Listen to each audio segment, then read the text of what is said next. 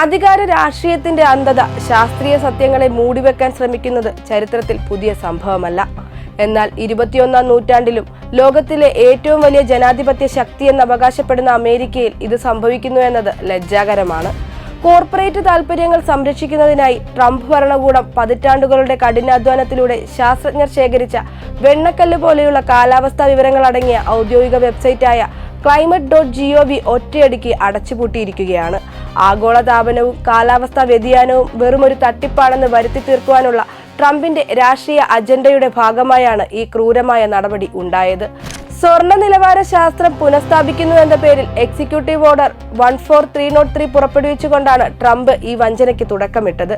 ഗവേഷണങ്ങളുടെ വിശ്വാസ്യത വർദ്ധിപ്പിക്കാനാണ് ഈ ഉത്തരവെന്നായിരുന്നു വൈറ്റ് ഹൗസിന്റെ വാദമെങ്കിലും ഇതിന്റെ ഉള്ളിലിരിപ്പ് മറ്റൊന്നായിരുന്നു. ഭരണകൂടത്തിന്റെ നയങ്ങൾക്ക് വിരുദ്ധമായ പരിസ്ഥിതി പഠനങ്ങളെ നിലവാരമില്ലാത്തത് എന്ന് മുദ്രകുത്തി വെട്ടിമാറ്റുവാനുള്ള ഒളിയമ്പായിരുന്നു ഇത്. കൽക്കരി പെട്രോളിയം ലോബികളെ തൃപ്തിപ്പെടുത്തുവാൻ വേണ്ടി ശാസ്ത്രത്തെ അട്ടിമറിച്ച ട്രംപ് ഒടുവിൽ കാർബൺ പുറന്തള്ളലിന്റെ കൃത്യമായ വിവരങ്ങൾ ജനങ്ങളിൽ എത്തിച്ചിരുന്ന പോർട്ടലിനെ പൂർണ്ണമായി നീക്കം ചെയ്ത് തന്റെ ഫാസിസ്റ്റ് മുഖം വെളിപ്പെടുത്തി. ട്രംപിന്റെ ഈ ഒരൊറ്റ വെട്ടിത്തിരുത്തലിലൂടെ ഇല്ലാതായത് ഏതാണ്ട് 15 വർഷത്തെ നിരന്തരമായ ശാസ്ത്ര ഗവേഷണത്തിന്റെ ഫലങ്ങളാണ്. ലോകത്തിലെ ഏറ്റവും മികച്ച ശാസ്ത്രജ്ഞർ തയ്യാറാക്കിയ റിപ്പോർട്ടുകൾ, ഉപഗ്രഹ മാപ്പുകൾ, അധ്യാപകർക്കുള്ള പഠന സാമഗ്രികൾ എന്നിവയെല്ലാം ഇന്ന് സാധാരണക്കാർക്ക് അപ്രാപ്യമായിരിക്കുന്നു. പഴയ ലിങ്കിൽ തിരയുന്നവരെ കടിച്ചാൽ പൊട്ടാത്ത ഉദ്യോഗസ്ഥ ഭാഷയിലുള്ള നോവ പേജിലേക്ക് വഴിതിരിച്ചുവിട്ട് വിവരങ്ങൾ ഒളിപ്പിക്കാനാണ് ട്രംപ് ഭരണകൂടം ശ്രമിക്കുന്നത്. വരും തലമുറയെ കാലാവസ്ഥാ സാക്ഷരതയില്ലാത്തവരാക്കി വളർത്തുക എന്ന വലിയൊരു സാംസ്കാരിക വിപത്ത് കൂടിയാണ് ട്രംപ് ഇവിടെ വിതച്ചത്. എന്നാൽ ട്രംപിന്റെ ഏകാധിപത്യ തീരുമാനത്തിന് മുകളിൽ കീഴടങ്ങാൻ അമേരിക്കയിലെ ശാസ്ത്ര സമൂഹം തയ്യാറായിരുന്നില്ല.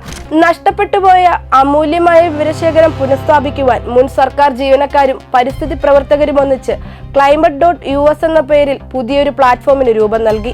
സാധാരണക്കാരായ ജനങ്ങളിൽ നിന്ന് ജനകീയ ഫണ്ടിങ്ങിലൂടെ $2.5 ലക്ഷം സമാഹരിച്ചാണ് ഈ സൈറ്റ് ആരംഭിച്ചത്. ഔദ്യോഗിക പദവികൾ നഷ്ടപ്പെടുമെന്ന ഭയമില്ലാതെ 80ഓളം പ്രമുഖ ശാസ്ത്രജ്ഞരാണ് ഈ വെബ്സൈറ്റിന്റെ ഡാറ്റ അവലോകനത്തിനായി മുന്നോട്ട് വന്നത്. ഇത് ട്രംപിന്റെ ശാസ്ത്രവിരുദ്ധ നയങ്ങൾക്കേറ്റ കനത്ത പ്രഹരമാണ്. ഭരണകൂടങ്ങൾ എത്രയൊക്കെ മൂടിവെക്കാൻ ശ്രമിച്ചാലും സത്യം ജനങ്ങളിലേക്ക് എത്തുക തന്നെ ചെയ്യുമെന്നതിന്റെ പ്രഖ്യാപനമാണ് climate.usന്റെ വിജയം.